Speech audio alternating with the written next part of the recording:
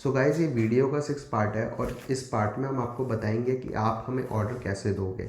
ठीक है, तो जब आपने प्राइस और अवेलेबिलिटी चेक कर ली और कस्टमर को बता दिया, कस्टमर ने आपको पेमेंट दे दी और अपना एड्रेस बता दिया, तो आप उस एड्रेस को अलॉन्ग विथ पेमेंट, ठीक है, हमारी पेमेंट वो हमें शेयर करोगे व्हाट्सएप पे। ठीक है, और उसको क्लियर रखना कि कोई शेड है तो शेड का आप नंबर हमें बता के रखना।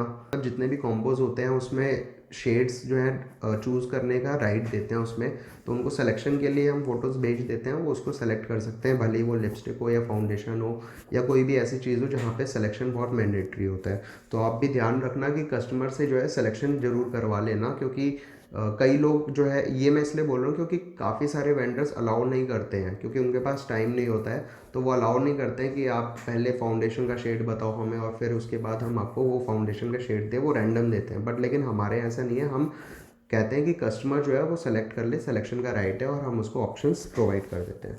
फिर उसके बाद आप हमें सारी चीज़ें दे देते हो, आप हमें डिटेल्स दे देते हो और हर चीज़ को क्लियरली मेंशन करके जब दे देते हो और पेमेंट भी दे देते हो, एड्रेस भी दे देते हो, फिर उसके बाद हम उसको शिप कर देते हैं सेम डे या नेक्स्ट डे, जैसे कि मैंने आपको बताया था।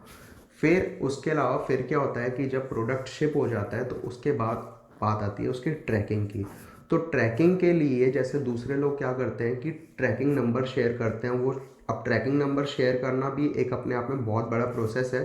तो हमने उस चीज़ को ठीक करने के लिए हमने क्या करा कि डिलीवरी कोरियर जब हम यूज़ करते हैं तो उसका एक एक्सेस है जिसमें आप हमारे सारे कस्टमर्स के जितने भी पैकेजेस हैं उसमें आपके भी कस्टमर के पैकेजेस होंगे, तो वो आप सब देख सकते हो। उसमें एक लॉगिन आईडी पासवर्ड होता है, वो हम आपको प्रोवाइड करेंगे।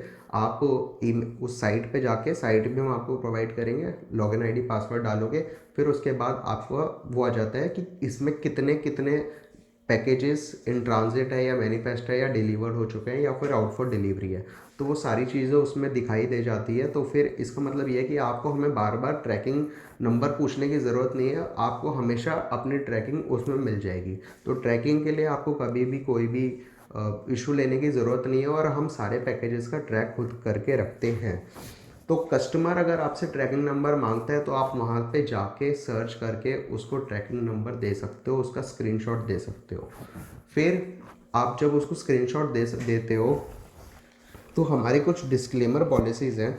सबसे पहली बात ये कि हम ये क्योंकि कॉस्मेटिक्स है तो इसमें ट्रांजिट लॉस होता है। कभी का हमारा तो बहुत रेयर होता है, बट लेकिन काफ़ी लोगों का बहुत ज़्यादा भी होता है। तो अगर कभी बाई चांस हो जाता है उसके लिए हमारी डिस्क्लेमर पॉलिसी क्या है, तो सबसे पहली बात ये कि हम ट्रांजिट लॉस के लिए कोई भी गारंटी नहीं देते हैं। बट लेकिन ट्रांजिट लॉस में होता क्या है, या तो आई शेडो डैमेज होती है या फिर कॉम्पैक्ट टूट जाता है या फिर लिपस्टिक जो होती है उसका डिटैच हो जाती है अपने केस में से। तो लिपस्टिक तो देखो आप बहुत, ये मतलब तीनों चारों चीज़ें ना बहुत रेयर होती है हमारे केस में, क्योंकि हम अच्छे कोरियर से यूज़ करते हैं।